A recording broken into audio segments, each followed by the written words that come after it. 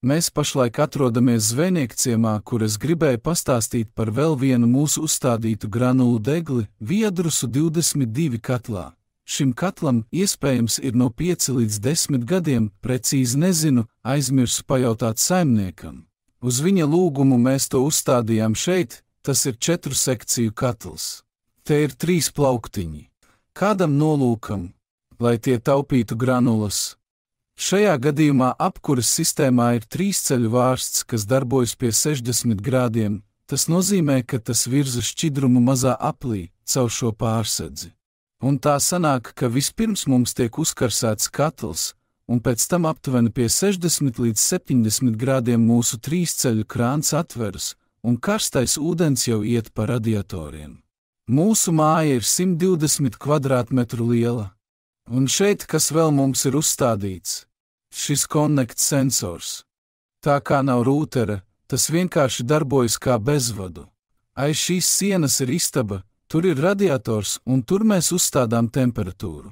Tātad, ja šeit būs rūteris, tad jūs varat kontrolēt līdz pat 4 vai 5 planšetdatoriem.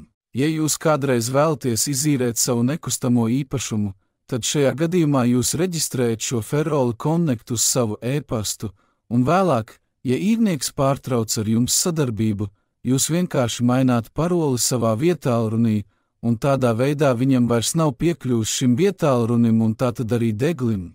Un arī kā īpašnieks jūs netieši varat vērot temperatūru mājā caur lietotni. Cik daudz īrnieks izmanto siltumu jūsu mājoklī, lai jūsu apkuras sistēma vai ūdens sistēma neaizsaltu? Arī šeit mums bija kontaktligzda, kas ir tālu.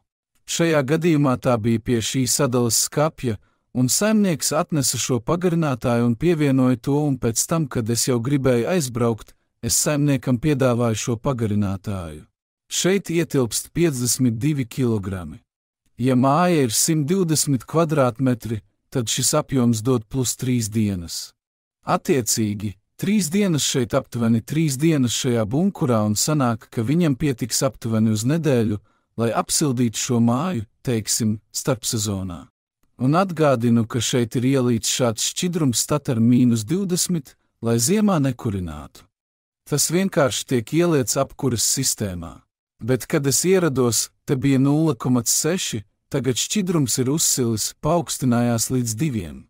Atnāks santehniķis un piepumpēs šķidrumu šajā sistēmā. Tātad vērsieties pie mums, vienmēr labprāt palīdzēsim, strādājam visā Latvijā, rinda ir apmēram nedēļu. Vērsieties, mums ir visas cenas ar PVN. Līdz saziņai!